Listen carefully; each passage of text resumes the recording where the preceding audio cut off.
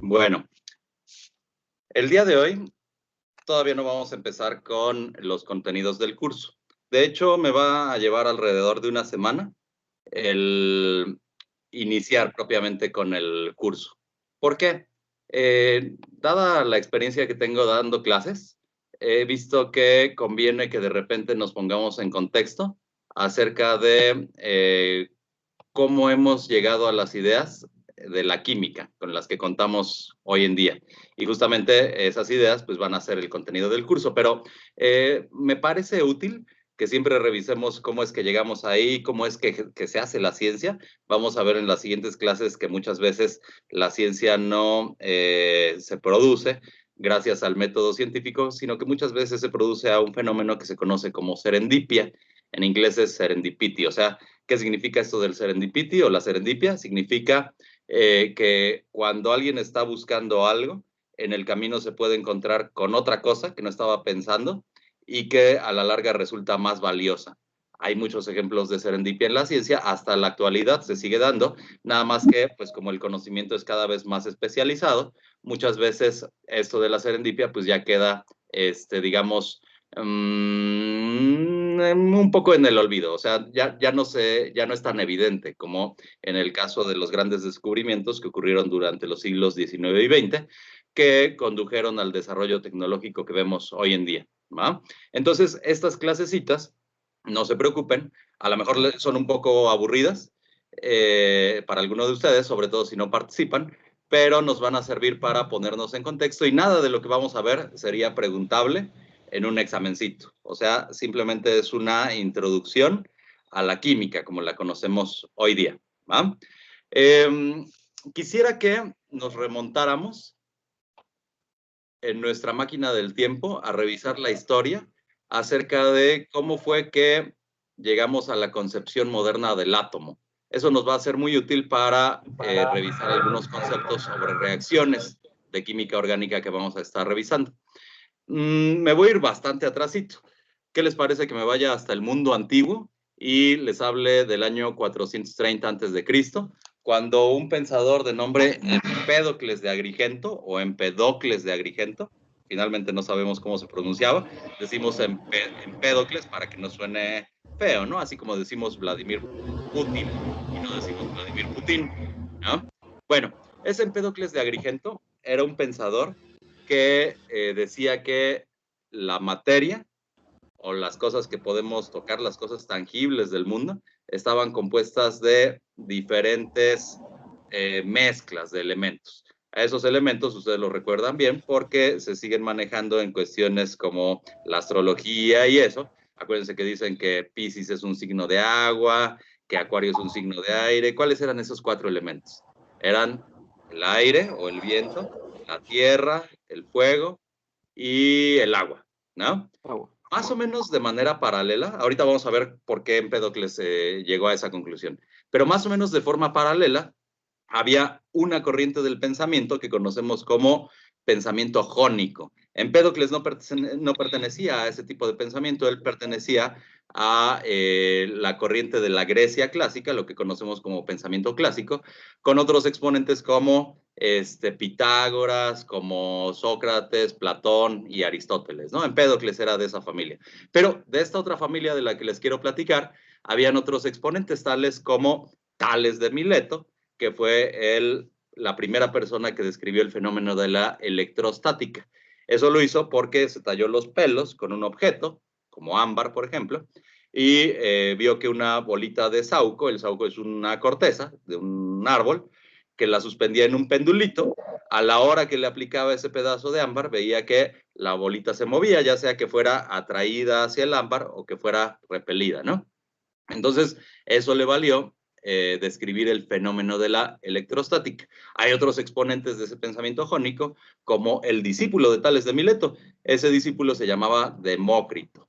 Había otro que se llamaba, por ejemplo, Eratóstenes, que le pagó a un esclavo para que contara los pasos de la ciudad en la que él vivía hacia otra ciudad, en la que había leído un escrito en el que decía que en un pozo a cierta hora del día el pozo no tenía ninguna sombra. Si uno ponía un palo, no había ninguna sombra en ese palo, ¿no? Y él sabía que en esa misma fecha y a esa hora del día, en la ciudad donde él residía, sí tenía sombra un palito que él pusiera vertical en el suelo. Entonces, él le pagó un esclavo para que contara los pasos y ese cálculo o esos datos le sirvieron para llevar a cabo el cálculo que le hizo inducir que la Tierra tendría que tener una forma esférica y hizo el cálculo acerca de cuál tendría que ser la circunferencia en el Ecuador. Es un cálculo bastante preciso, de hecho, tiene un error de unos 1000 kilómetros, algo por el estilo, que si lo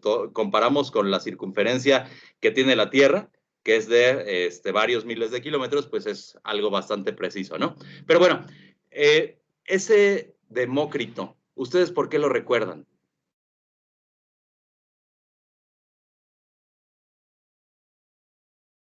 Por el descubrimiento del átomo.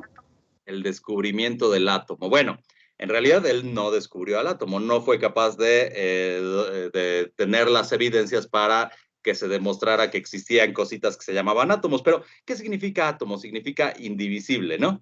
Tomo significa sección y a significa sin, ¿no? Que no tiene división. ¿Qué hizo que Demócrito llegara a esa conclusión? Fíjense que ahí hubo algo muy parecido a lo que llevó a cabo Eratóstenes y Tales de Mileto. Él a lo mejor agarró una hogaza de pan y la dividió a la mitad, ¿no? Ahora tenía 2 pedazos de pan. Cada uno de esos pedazos los volvió a dividir a la mitad, ahora tenía 4 pedazos. Y así se fue. Llegó el momento en el que Demócrito ya no pudo seguir dividiendo la hogaza de pan, pero en su mente, a lo mejor él construyó en su imaginación el que a lo mejor si tuviera un cuchillo bastante más fino, bastante más filoso, bastante más pequeño, podría seguir dividiendo las miguitas de pan de modo que llegara hasta la estructura primordial de la materia, hasta algo que ya no podría ser divisible. A eso le pone justamente el nombre de átomo. O sea, él piensa que llegado el momento, tendría que haber algún corpúsculo fundamental que hiciera o que formara la materia que conocemos, ¿no? Pero fíjense que hay detrás de todo este pensamiento jónico. Tanto Tales de Mileto como Demócrito y Eratóstenes se sirvieron primero de la observación, ¿no? A lo mejor en el caso de Eratóstenes también se ocupó la parte de la documentación de la investigación bibliográfica porque él leyó en un escrito que pues tal fenómeno ocurría de cierta manera en otra parte que no era su pueblo, ¿no? Pero entonces ellos hacen sus observaciones, después respaldan esas observaciones o tratan de meter una cuestión experimental y llegan a sus conclusiones. Es algo muy parecido a lo que conocemos como qué en la actualidad. Como método científico. Como el método científico. ¿Cuáles son las etapas del método científico? Justamente son esas. La observación, el análisis de resultados, que nos lleva a establecer un corolario, una tesis, un teorema, una ley, etcétera, ¿no? Pero es una construcción racional que tiene que servirse de esas etapas. No todo en la ciencia puede seguir el método científico, por ejemplo, en las ciencias sociales, que podríamos incluso discutir qué tan científicas son las ciencias sociales. ¿Cuáles son? Son la política, la historia, la antropología, la sociología, etcétera, ¿no? ¿Podemos nosotros encerrar a 100 chinos en una jaula, dejarlos sin darles de comer una semana y partir de ahí para brindar una serie de conclusiones? No, porque eso es algo que es éticamente cuestionable. Entonces, las ciencias sociales no se sirven, por ejemplo, para la experimentación. Decimos que se suple esa parte de la experimentación con la cuestión de investigación de campo, ¿no? Por ejemplo, entrevistas, el tratamiento de la historia, muchas otras cosas. Pero vamos, nosotros en este caso nos estamos refiriendo a las ciencias factuales, las que podemos comprobar por medio de la experimentación. Entonces, ese pensamiento jónico se parecía muchísimo al método científico que nosotros conocemos en la actualidad. Vamos a regresar a la cuestión de Empédocles de Agrigento. Él decía que había 4 elementos. Ya dijimos cuáles son. ¿Había método científico en el pensamiento de Empédocles?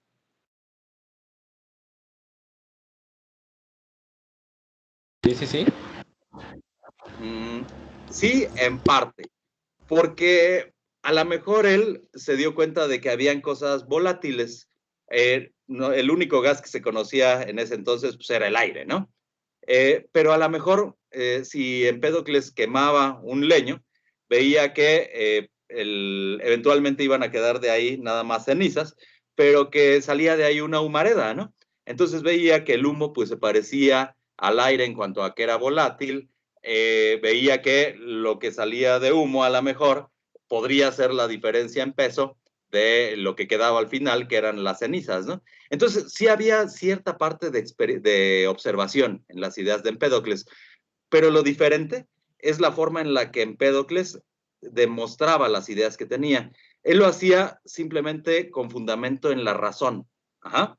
Y de hecho, este fundamento en la razón es lo que conocemos como pensamiento griego clásico. No fue Empédocles el primero en proponer esta razón como forma de justificar el mundo que conocemos. La primera persona en hacerlo fue Pitágoras. A lo mejor ustedes lo recuerdan como el precursor del teorema de Pitágoras, pero fue más allá. De hecho, es un gran villano en la ciencia, Pitágoras, porque lejos de sus contribuciones a las matemáticas y todo lo que conocemos, esta idea de proponer a la razón como un medio de explicar a la realidad es algo que sumergió a la humanidad eventualmente en algo que conocemos como el obscurantismo, la Edad Media. Pero me estoy adelantando un poquito. Vamos, Empédocles estuvo razonando en sus noches de insomnio que si habían cosas que se podrían mezclar entonces para componer a las cosas materiales que nosotros vemos en el mundo, entonces tendrían que haber cierto número de elementos que en diferentes proporciones, entonces nos daban la diferencia entre un pedazo de pan, una pepita de oro y así. O sea, sí, sí había cierta parte de observación, pero sobre todo era la razón la que usaba este Empédocles para llegar a concluir. Ajá. Acuérdense de la idea que tenía Platón acerca de la realidad. Él decía que en realidad el mundo de las ideas era el único que era perfecto y comparaba a la humanidad con una caverna en la que los espectadores estaban dentro de la caverna y solo podían ver las sombras de lo que acontecía en el mundo de afuera, afuera de la caverna. O sea, la luz del sol era el mundo de las ideas y nosotros solo éramos capaces de ver la proyección de la luz del sol sobre los objetos que se encontraban afuera, que eran verdaderos, y esa proyección nosotros la veíamos en forma de sombras al interior de la caverna. Era una distorsión de la realidad lo que nosotros percibíamos y era justamente debido a que las ideas para el ser humano pues están en cierta medida prohibidas, ¿no? O por lo menos están expuestas de forma imperfecta. Entonces, este pensamiento de Platón, bueno, Sócrates, pues, y en realidad ni siquiera a lo mejor se sabe que existía. Lo único que se conoce de Sócrates eran las ideas que tenía Platón acerca de él, se supone que era su discípulo. Y bueno, el discípulo de Platón, que fue Aristóteles, ahí vemos que incluso se añade un elemento más a la mezcla. Empédocles decía que eran 4, Aristóteles dice que son 5. Ajá. Ese quinto elemento que propone Aristóteles se llama, o eventualmente se conoció como quinta esencia. Aristóteles decía que era el elemento que dotaba de divinidad a las cosas. Vamos a revisar la idea cosmogónica que tenía Aristóteles. Él decía que el mundo eran esferas concéntricas. En la primera esfera estamos nosotros, la Tierra, todo lo que contiene. En la segunda esfera concéntrica se encuentran el Sol y la Luna, son los que tienen un movimiento aparente más rápido con respecto de nosotros. Luego, en la siguiente esfera se encuentran los planetas. Acuérdense que planeta significa errante, ¿no? Entonces, con respecto del fondo de estrellas que parecen estar fijas, los planetas se mueven también más rapidito, ¿no? Entonces, él decía que los planetas ocupan la siguiente esfera concéntrica, luego están las estrellas, y después de las estrellas estaría el mundo de los dioses, ¿no? El mundo de la divinidad. Entonces, para él, todo esto en el que se mueven esas cosas que no alcanzamos a comprender es el elemento de la divinidad. Él le puso por nombre éter. Ajá. En la actualidad, un éter es un compuesto altamente volátil. Entonces, el término de etéreo significa algo así como espiritual, ¿no? Justamente tratando de rescatar las ideas que tenía Aristóteles. Pero bueno, eso es durante todo el mundo antiguo. Finalmente tenemos un hecho histórico que hace que cambiemos del mundo antiguo y pasemos al oscurantismo. ¿Cuál es? ¿Lo recuerdan? La caída del Imperio Romano. La caída del Imperio Romano, pero ¿de cuál? Porque acuérdense que para la época ya se había dividido el Imperio Romano en dos, el de Oriente y el de Occidente. El de Oriente tenía su capital en lo que hoy conocemos como Estambul. Ajá. Y el de Occidente pues era Roma, ¿no? ¿Cuál de los dos? Occidente. El de Occidente. No. De hecho, el de Occidente ya había caído varios siglos antes. Fue la caída del Imperio Romano de Oriente, Bizancio, lo que marcó el fin del mundo antiguo. Ajá. Para ese entonces Roma ya se había convertido al catolicismo y todo lo demás. Incluso ya teníamos un estado papal y tenía justamente su lugar en Bizancio. Ajá. Todavía no estaba el Vaticano en Roma. Pero bueno, sí, es la caída del Imperio Bizantino por parte de los turcos otomanos, lo que da fin al mundo antiguo y hace que empiece lo que conocemos como la Edad Media. Ajá. Estas ideas que proponían Aristóteles y compañía fueron lo que estuvo gobernando el pensamiento científico durante toda la Edad Media. De hecho, la Iglesia Católica se conoce como Iglesia aristotélico-tomista, o sea, la base teológica en la que se fundamenta el pensamiento cristiano son justamente las ideas de Aristóteles y de Santo Tomás de Aquino. Ajá. Esas ideas, como les decía, no tienen su raíz en Aristóteles, sino en el propio Pitágoras. Ellos, al proponer que la razón es la base para llegar al conocimiento, dieron con algo que conocemos como el principio de autoridad. ¿Qué es eso del principio de autoridad? ¿Alguien lo recuerda o lo sabe?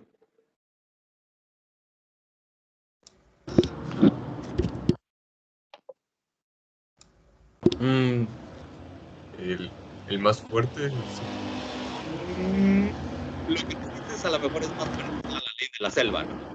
No, el principio de autoridad tiene que ver con que una idea propuesta con alguien que posee autoridad es aceptada.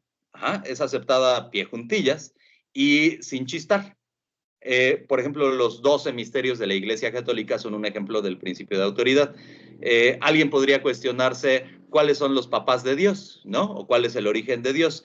Es algo que no tiene respuesta desde el punto de vista de la Iglesia. Entonces, se toma como un misterio, se toma como un dogma de fe, se toma como un principio de autoridad. O sea, era el Papa, el responsable de la Iglesia, quien dictaba los principios de autoridad que eran tomados por el resto de la comunidad y dados por ciertos, por verdaderos. Ajá. Hasta la fecha, todavía tenemos muchísimos principios de autoridad, incluso en el mundo científico.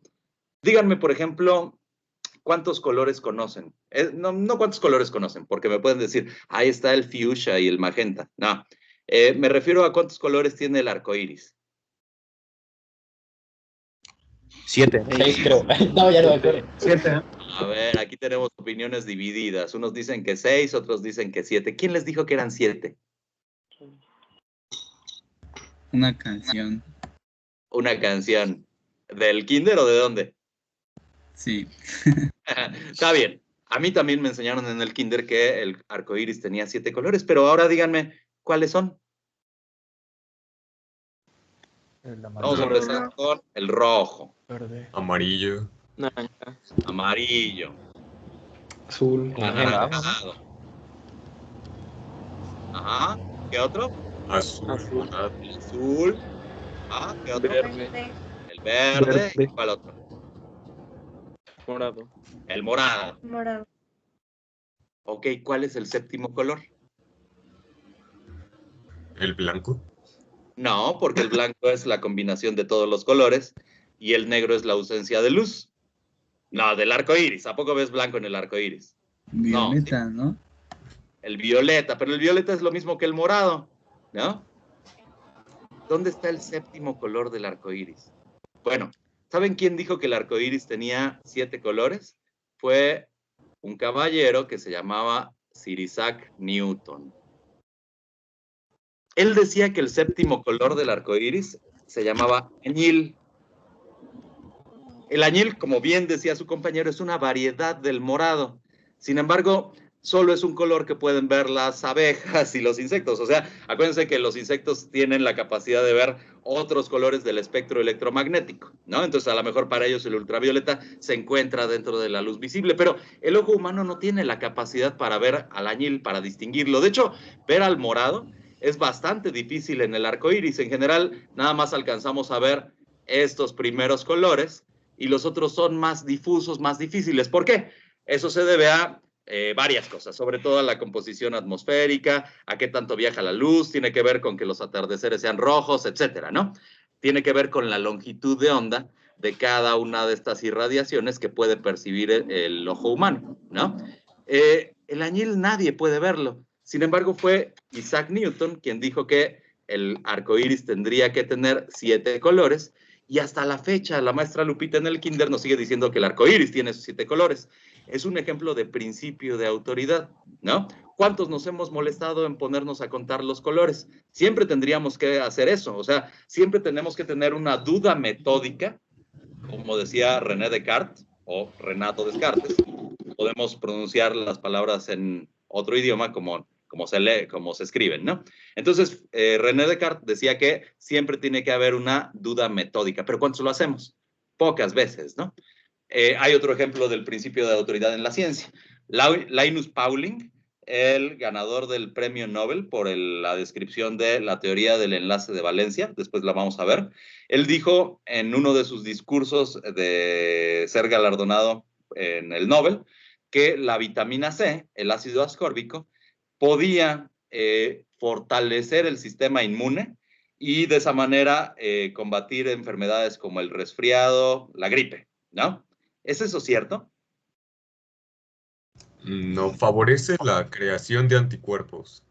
Es correcto. De hecho, en realidad la idea de Linus Pauling no es incorrecta. Sin embargo, fue la prensa quien tergiversó su discurso del Nobel y dijo que el ácido ascórbico era la cura para el resfriado. Es algo que no dijo él, pero tampoco se molestó en desmentirlo. Ajá. Entonces, hasta la fecha, allá afuera del metro nosotros vemos que el señor que vende los jugos dice que vende el antigripal, la bomba de vitamina C. Nuestras madres nos dicen que cuando estamos enfermos de catarro, que nos echemos nuestro limoncito, nuestros cebalines, etcétera, y que de esa manera se combate. La verdad es que, pues nada que ver, ¿no? Pero sí, como bien dices tú, el ácido ascórbico sí puede fortalecer el sistema inmune, y si nosotros tenemos un sistema inmune robusto, entonces es más difícil que nos ataquen ese tipo de enfermedades, ¿no? Está indirectamente relacionado, pero una cosa no implica la otra. O sea, es muy diferente decir que si estamos sanos no vamos a tener enfermedades o infecciones, a decir que una cosa es la cura de esas infecciones, ¿no? Entonces, otra vez, es un ejemplo de el principio de autoridad. Entonces, ese principio de autoridad fue la manera durante toda la Edad Media en la que se transmitía el conocimiento. Ajá. Por eso les digo, Pitágoras, lejos de ser el genio matemático que estamos acostumbrados a escuchar, fue más bien un villano porque sumergió a la humanidad en ese principio de autoridad, en el oscurantismo. Él decía que la información era algo valioso. Ajá. Hay algunos ejemplos, sobre todo en las notas de Platón, en las que describe a Sócrates. Sócrates decía que cualquier persona que tuviera información podía resolver cualquier problema. Entonces hay por ahí una anécdota en la que llama Sócrates a un esclavo, le empieza a hacer preguntas muy simples, el esclavo da respuestas sencillas, le dice, por ejemplo, ¿cuántos lados tiene esta pirámide? Y el esclavo responde, pues 4.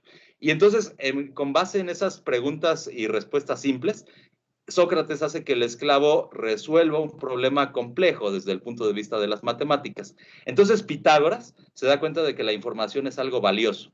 Y si es tan valioso, no puede estar en manos de cualquiera.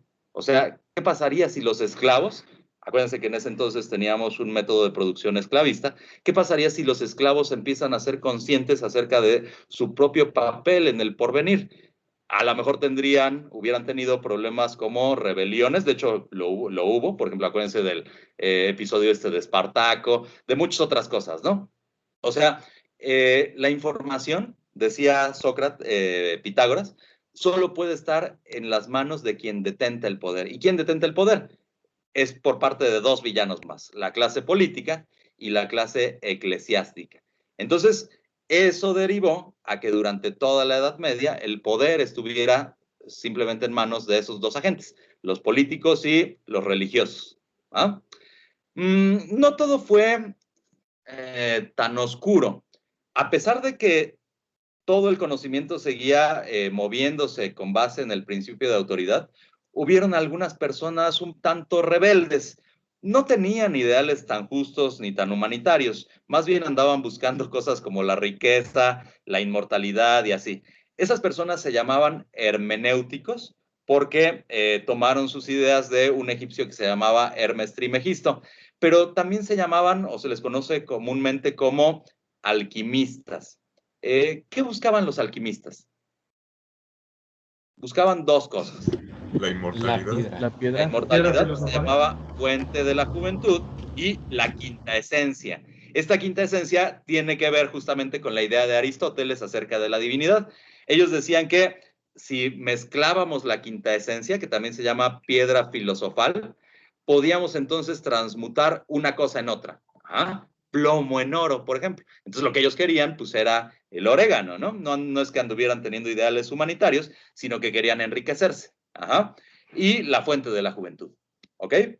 Bueno, no es que tuvieran los ideales más nobles, pero por lo menos empezaron a pensar de forma alternativa a esto del principio de autoridad. Si bien sus ideas estaban bien empapadas acerca de la religiosidad, la metafísica y todo lo demás, por lo menos revivieron la experimentación, justamente en tratar de cambiar las proporciones de los materiales para llegar a la transmutación de los elementos. Hubo un alquimista famoso, era un médico suizo, que se llamaba Theophrastus Bombast von Hohenheim. Para los cuates se le conocía como Paracelso. Este Paracelso, a lo mejor ustedes lo recuerdan porque es considerado como el padre de la robótica. Eso es gracias a algo bastante tonto. Él entre sus escritos describía la idea de la creación de un homúnculo. Él decía que si se ponían a macerar un poco de caca de caballo, paja y esperma de hombre, eso uno lo dejaba ahí cierta cantidad de tiempo a que se pudriera y todo lo demás.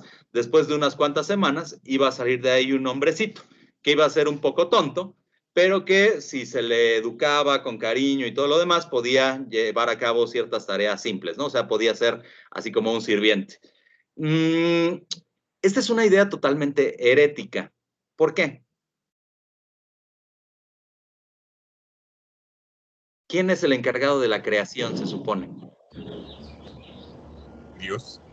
Dios, nada más. Eso nos lo dice el principio de autoridad. El hecho de que la creación pueda estar en manos del hombre, entonces es una herejía, pero justamente por eso es considerado Paracelso como el padre de la robótica. O sea, ya pone en el hombre la capacidad de la creación. Ya se la quita a Dios, ¿no?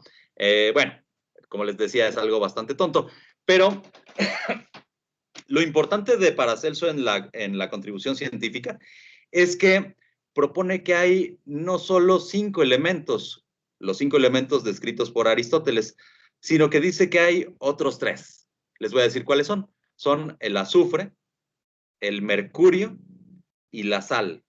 Él dice que el azufre es el elemento dotado de dar combustibilidad a un material. O sea, si un material se quema, quiere decir que tiene que tener cierta proporción de azufre. El mercurio.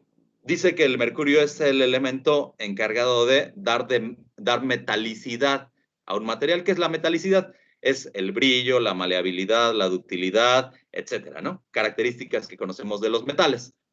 Ajá, es el mercurio el encargado de dotar de metalicidad a un material.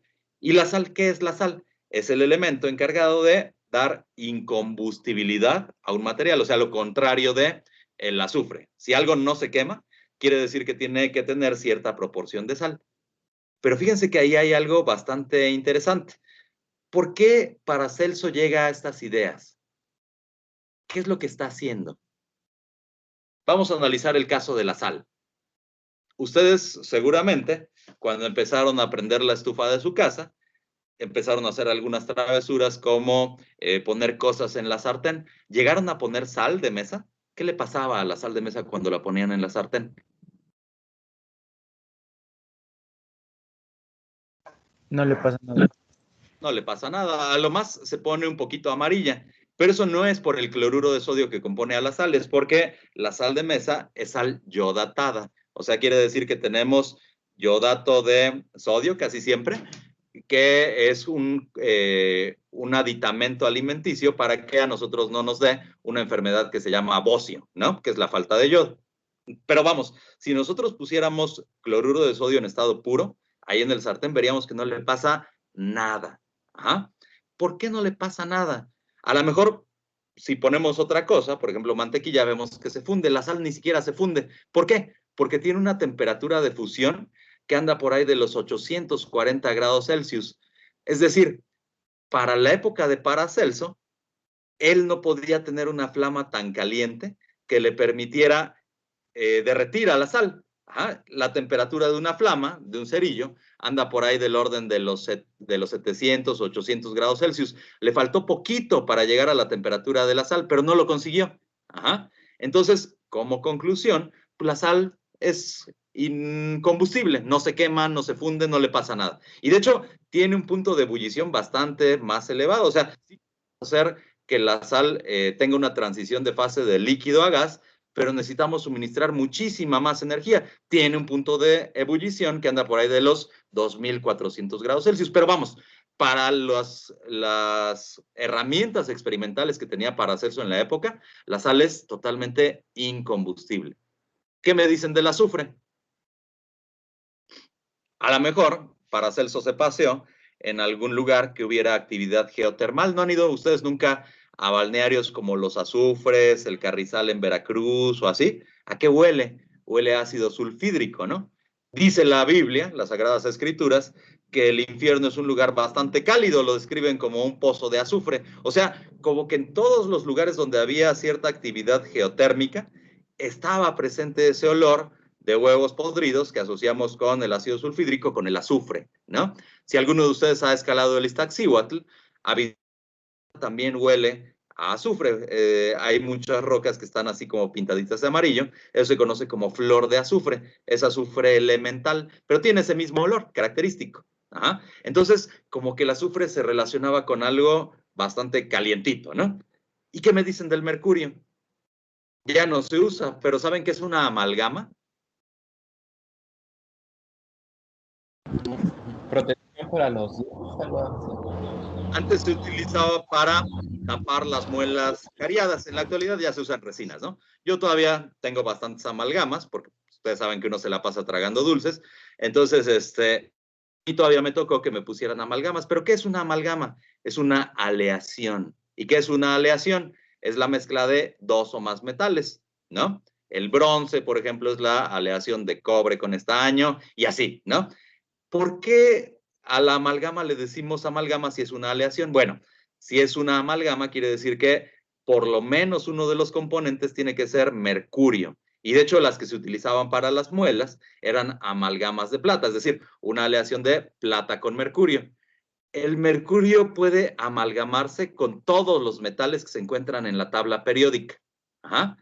Justamente, seguramente Paracelso se dio cuenta de esta característica que tenía el mercurio, vio que el mercurio estaba a temperatura ambiente en un estado de agregación líquido, entonces pensó que a lo mejor el mercurio, si se sustraía o se añadía de algún material, podía estar dotándolo de sus características metálicas. Pero, ¿qué hay detrás de todo esto?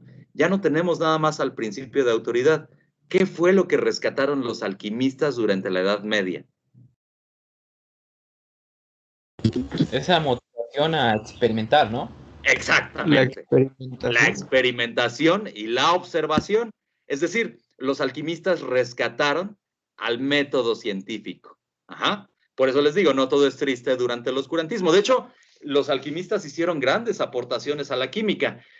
¿Cuál era el ácido más fuerte que se conocía en el mundo antiguo? Era el ácido acético, el vinagre.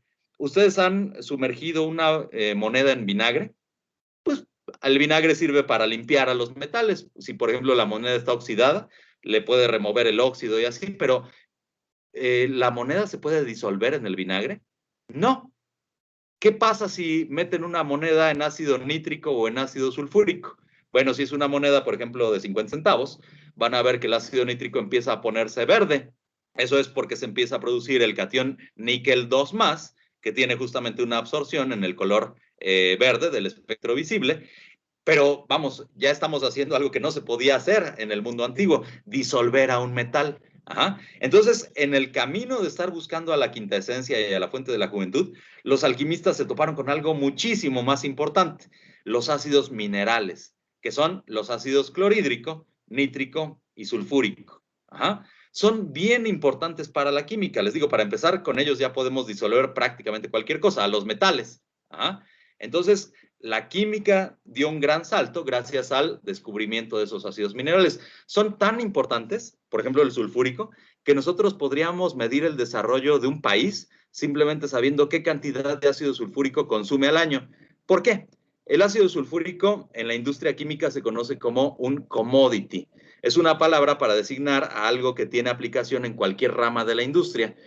Se ocupa el ácido sulfúrico en la industria de la construcción, en la industria textil, en la industria de la alimentación. Cualquier rama de la producción ocupa ácido sulfúrico. Entonces, indirectamente, la cantidad de ácido sulfúrico que consuma un país tiene que ver con el desarrollo industrial que tenga. Entonces, es un indicador del desarrollo económico de algún país. ¿Ok? Bueno, y eso surgió por causa de la serendipia. Ajá. ¿Se acuerdan qué era serendipia? Estar buscando algo y por accidente toparnos con algo que es muchísimo más importante. El descubrimiento de los ácidos minerales son un ejemplo de la serendipia. ¿Ok? Bueno, eso ocurrió durante la Edad Media. No todo estaba basado ni en la cuestión de los alquimistas ni en la cuestión del principio de autoridad. Habían algunas sociedades secretas del conocimiento que tenían algunas ideas rescatadas del mundo antiguo. De hecho, incluso antes de la Edad Media, en el Imperio Romano, por ejemplo, estaban todavía vivas las ideas de este Demócrito acerca de cuál era la constitución de la materia debida a los átomos. Esto era sobre todo con base en una serie de pensadores que se llamaban epicureístas. Eran porque el gran exponente de esa corriente filosófica se llamaba justamente Epicurio, pero él tuvo un discípulo que se llamaba Leucipo, y ese Leucipo tuvo otro discípulo que se llamaba Lucrecio, que plasmó el pensamiento atomístico que tendría que tener la materia, es decir, las ideas de Demócrito, en un escrito, pero no era cualquier clase de escrito, era un poema que se llamaba Sobre la naturaleza de las cosas. Ahí en ese poema decía que la materia tenía que estar constituida por átomos, etcétera. Pero vamos, ya estamos casi pegados al oscurantismo. Durante el propio oscurantismo, habían algunos pensadores que decían, no eran alquimistas, eran incluso religiosos, y decían que la materia tendría que tener una naturaleza atomística o corpuscular. Uno de ellos fue un señor que nació en Italia, que se llamaba Giordano Bruno, y otro que nació en Holanda, que se llamaba Christian Huygens. El primero tuvo la desgracia de ser quemado en la hoguera y fue justamente por sus ideas atomísticas. Ahí la cuestión es que en ese periodo en Italia existía la Inquisición, la Santa Inquisición. Entonces Giordano Bruno fue de los grandes mártires de la ciencia justamente por este tipo de ideas que pues en ese momento eran consideradas heréticas. Christian Huygens tuvo la fortuna de que como nació en Holanda, ya desde hacía varios años la iglesia había sufrido un cisma religioso gracias a este Martín Lutero. Entonces, en Holanda tenían una corriente eclesiástica que se llamaba protestante, ¿no? Mientras que en España, Italia y así existía la idea, la Iglesia Católica, que fue la que nosotros en América heredamos, ¿no? Aquí también teníamos Santa Inquisición. Pero bueno, Christian Huygens no solo tenía ese tipo de ideas heréticas acerca de la naturaleza atomística de las cosas, sino que además rescató las ideas de un pensador griego que se llamaba Aristarco, en el que decía que las estrellas eran soles distantes y que en esos soles tendrían que haber orbitando alrededor de ellos planetas y en esos planetas tendrían que haber otras civilizaciones. Si nos ponemos a revisar las Sagradas Escrituras, la idea no es tan herética como parece. O sea, hay un pasaje en el Nuevo Testamento donde dice Jesucristo que su Padre tiene otros rebaños.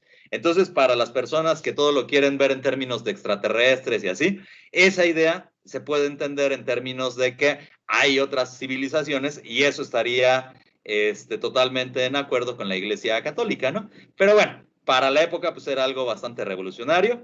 Ese tipo de cosas eran las que andaba pensando Christian Huygens. A lo mejor ustedes no lo recuerdan por eso, pero lo recuerdan por la cuestión de ser el descubridor de los anillos de Saturno. ¿Cuántos planetas eran conocidos en la antigüedad?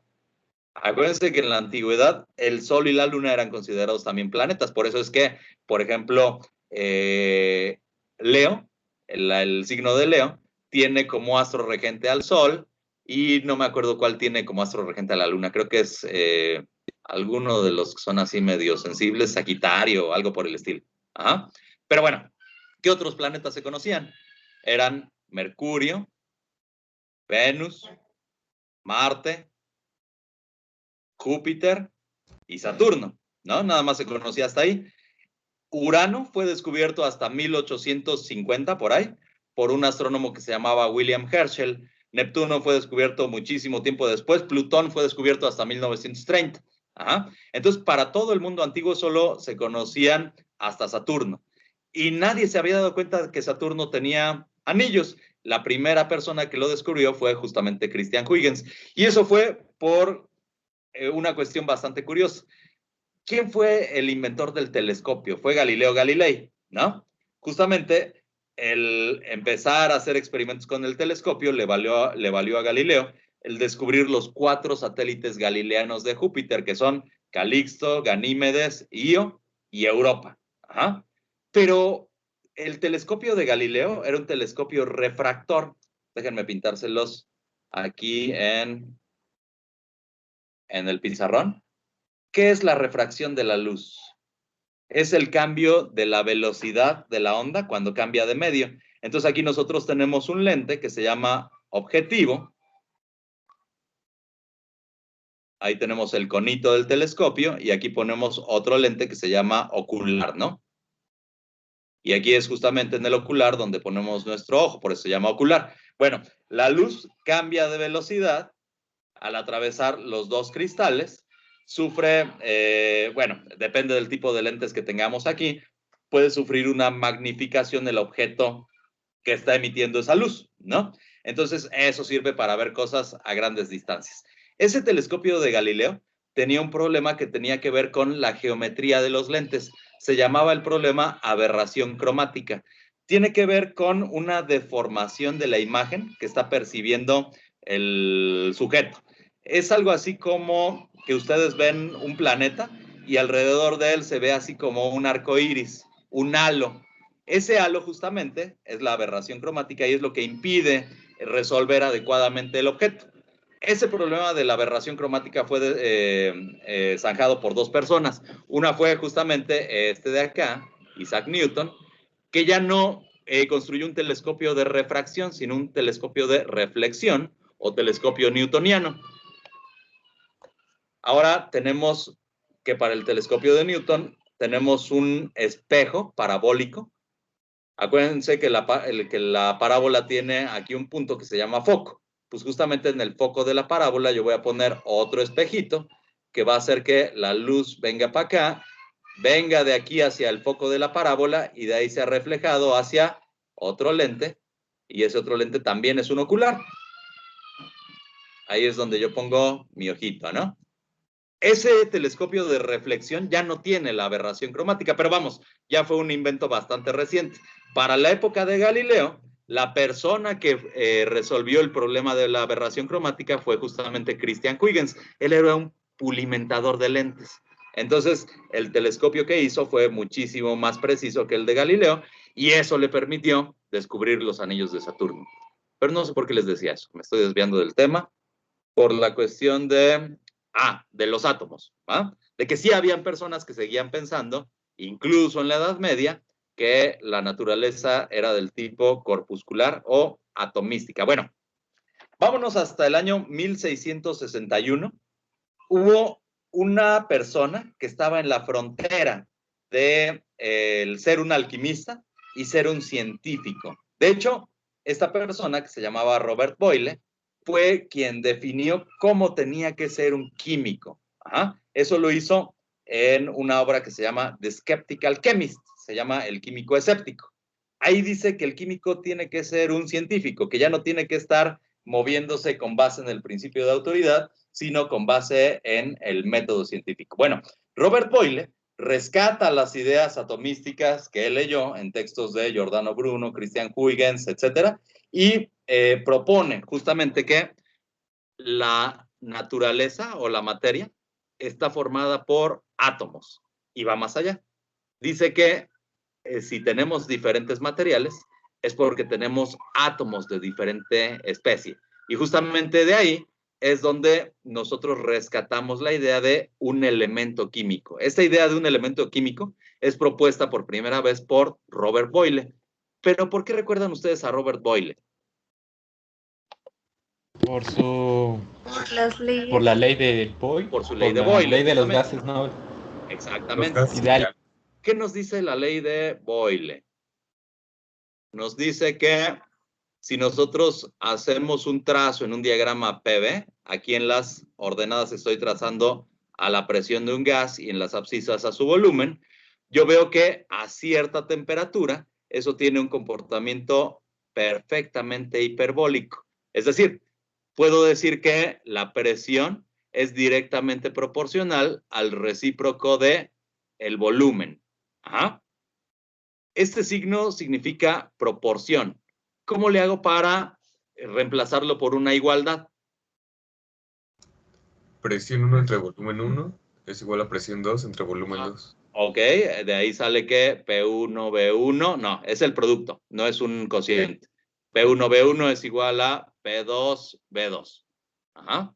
O sea, fíjense, esto sale de que estoy despejando al volumen para este lado. O sea, estoy poniendo que el producto PB tiene que ser igual a ¿qué? Ya estoy reemplazando el signo de proporción por un signo de igual. Por una constante, ¿no? Tiene que haber una constante que haga que esto tenga una relación hiperbólica. De hecho, justamente por eso se llama isoterma. O sea, todos estos puntos son puntos que se encuentran a la misma temperatura. Pues justamente esa constante es la temperatura. Desde el punto de vista de la termodinámica, podríamos definir operativamente a la temperatura como aquella cantidad que hace que la relación PV sea una constante. Ajá. Eso es la ley de Boyle. Bueno, eso es la contribución de Boyle para con los gases, pero tiene una contribución más importante en la química y es justamente eso, el haber propuesto por primera vez que tendrían que haber átomos de diferente tipo. Ahora, para aquel entonces todavía no existían los conceptos de protón, neutrón, electrón, nada por el estilo. ¿Qué era lo que pensaba Boyle que hacía que un elemento fuera diferente del otro, que un átomo fuera diferente del otro? Él decía que era el peso. Ajá. Es decir, habían átomos más pesados, otros más ligeros, habían átomos más grandes, otros más chiquitos. Justamente la diferencia entre un átomo y otro era el peso atómico. Y eso es lo que él define como un elemento químico. Ajá. Ya estábamos en un parteaguas para la ciencia. De hecho, ya habíamos abandonado la Edad Media. Esto ocurre sobre todo por el descubrimiento de América. Siempre el dotar de nuevas fronteras a la humanidad hace que tengamos chispazos en el pensamiento. Europa seguiría sumida en el oscurantismo si no hubiera sido por el descubrimiento de América. Ya teníamos un renacimiento en las artes, en las ciencias y todo lo demás. Boyle ya estaba dentro de, prácticamente dentro del mundo moderno, ¿no? Ya teníamos un resurgimiento de todas las cuestiones científicas. Las ideas de Boyle fueron tomadas por alguien que ustedes seguramente recuerdan, se llamaba Antoine Lavoisier, decapitado durante la Revolución Francesa, ¿no? Acuérdense que Lavoisier era un contable. Estas ideas de estar haciendo balances de cosas le sirvieron justamente para llegar a enunciar su principio de conservación de la masa, ¿no? Pero él, digamos, se pone a recapitular en todo lo que se conocía hasta el momento acerca de los átomos y propone una lista de 33 elementos químicos conocidos. Estaba bonito el número de 33 porque todavía tiene un sentido cabalístico. Acuérdense que 33 es la edad en la que murió Jesucristo. Entonces, a Lavoisier le vino como anillo al dedo el publicar esa lista de 33 elementos químicos. No todos los elementos que proponía Lavoisier eran realmente elementos. Por ejemplo, él decía que el agua era un elemento químico. Hubo que describir y empezar a experimentar con la electricidad por parte sobre todo de un científico que se llamaba Humphrey Davy, para ver que el agua y algunos otros elementos que proponía Lavoisier no eran elementos. Por ejemplo, Lavoisier decía que la magnesia, o sea, el óxido de magnesio, era un elemento químico. Entonces Humphrey Davy lo descompuso haciendo el experimento de la electrólisis. De ahí vio que parte salía como oxígeno, que ya estaba descrito. De hecho, oxígeno fue el nombre que le puso Lavoisier al elemento. Y parte era un elemento desconocido, que era justamente el metal magnesio, ¿no? La sal de calcio, que conocemos como calcita, también fue descubierta mediante la electrólisis por Humphrey Davy. Justamente de ahí sacó al elemento calcio. Y otro investigador, que se llamaba Cavendish, logró formar agua a partir de un elemento que se llamaba hidrógeno. También hidrógeno fue un nombre que le puso Lavoisier, y el oxígeno, que ya había sido descrito tanto por Lavoisier como por otro curita inglés que se llamaba Priestley.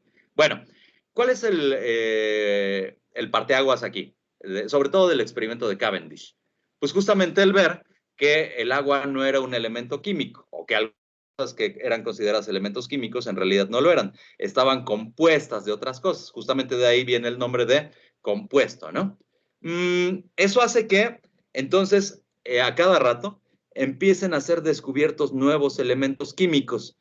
Se convierte en necesario un sistema de clasificación. El primer sistema de clasificación, como les decía, de los elementos fue el propuesto por Lavoisier, pero de ahí hubieron algunos otros intentos. Eso fue lo que a la larga nos llevó a la tabla periódica, pero eso es adelantarme un poco a la historia. Vamos nada más a cerrar la clase de hoy con la descripción de qué es el átomo. Vamos, hasta la fecha, les decía, los científicos pensaban que eran átomos de diferente peso, ¿no? De hecho, esos pesos de los átomos son organizados por primera vez en un congreso de química por parte de un italiano que se llamaba Stanislao Canizzaro. Después vamos a hablar más adelante de él. Tiene que ver con la química orgánica. Pero él agarró la hipótesis de Avogadro y estableció el primer patrón de pesos y medidas para los elementos químicos conocidos. ¿Cuál es la hipótesis de Avogadro? Es algo muy parecido a esto que vimos con la ley de Boyle. Es una relación de proporción. Nos dice que la cantidad de sustancia es directamente proporcional al volumen. Ajá. Y justamente de ahí se desprende el concepto de mol, que tiene que ver con el Sistema Internacional de Unidades. Ese numerito, recuerden, el número de Avogadro, ¿no? Que era 6.022 por 10 a la 23 partículas o entidades o lo que sea. Ajá. Eso se desprende de acá. ¿Por qué no es una ley? ¿Por qué no decimos ley de Avogadro? Porque esto solo se refiere al concepto de un gas ideal.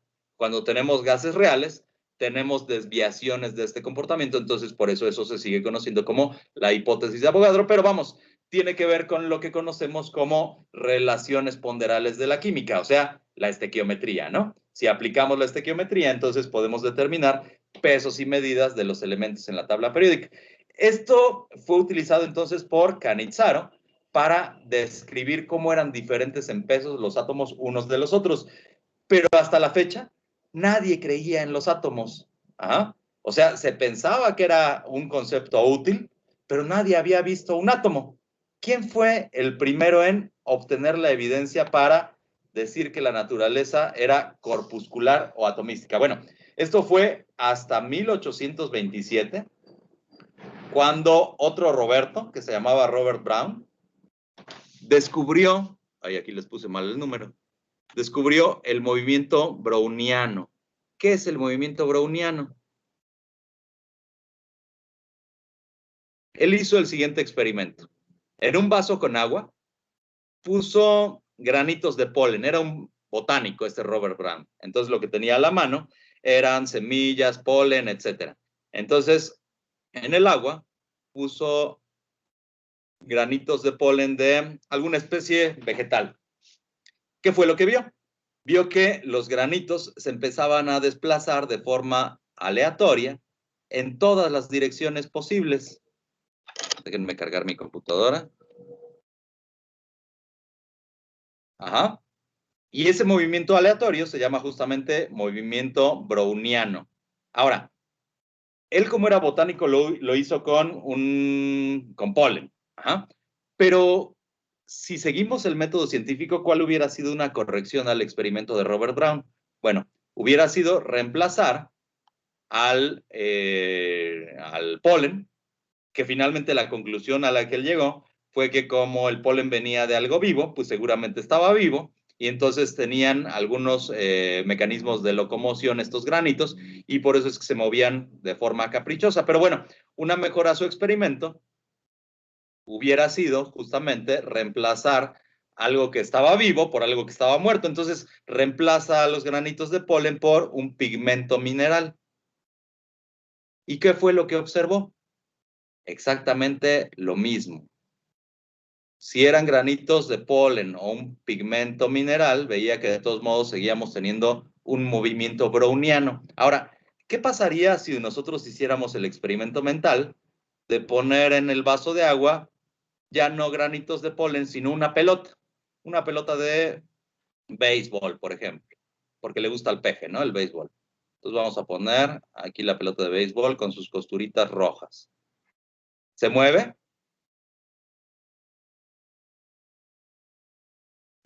No, no, no. No, o por lo menos no de forma perceptible.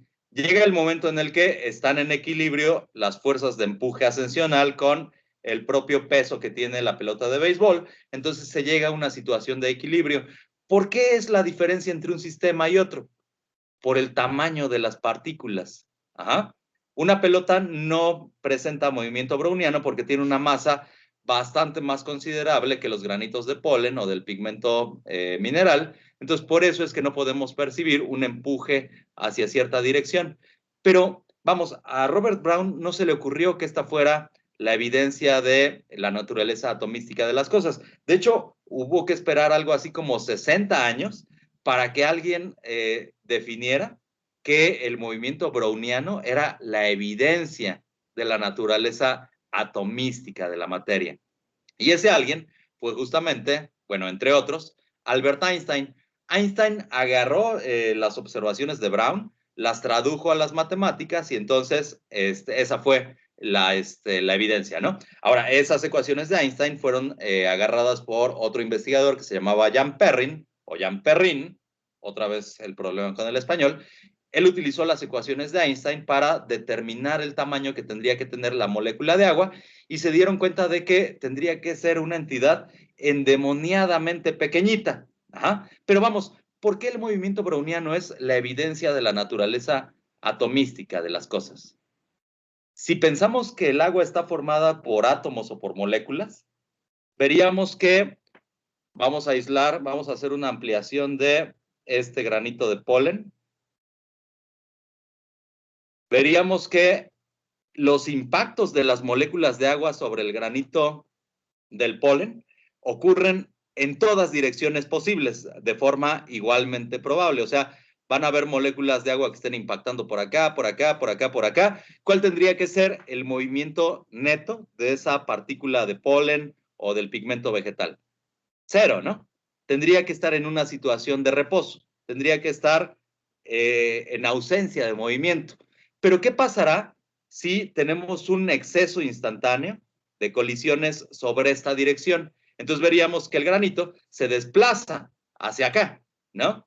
O sea, eso solo puede ser posible si tenemos algo lo suficientemente pequeño para que de forma instantánea tengamos un exceso de colisiones sobre alguna de las direcciones que se traduzca en un movimiento totalmente estocástico. ¿Ah? Entonces, el movimiento browniano es la primera evidencia de la naturaleza corpuscular de la materia. ¿Sale? Bueno, no quiero que la clase se vuelva tan tediosa, chicos. Me gustaría que le dejáramos aquí. La siguiente clase me dedicaría a platicarles cuáles fueron los sistemas de clasificación de los elementos químicos. Ajá.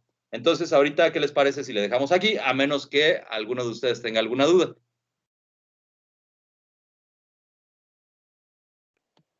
Todo muy bien, todo correcto.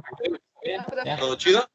Son Sí, cosas sí. que ustedes ya sabían. Pero, les digo, me están sirviendo para ponernos en contexto acerca de cómo es la química en la actualidad. Entonces, no se me vayan a desesperar. ¿Vale? Vale, sale. Vale, profe. Está bien. Pues vámonos a echar una maruchan, ¿les parece? Me parece. Perfecto. Bueno, con cuidado, chicos, nos vemos el miércoles. Hasta luego. Gracias. Hasta luego. Hasta luego, profe. Hasta luego. Hasta luego. Hasta luego, chicos. Gracias, profe. Hasta luego. Hasta luego.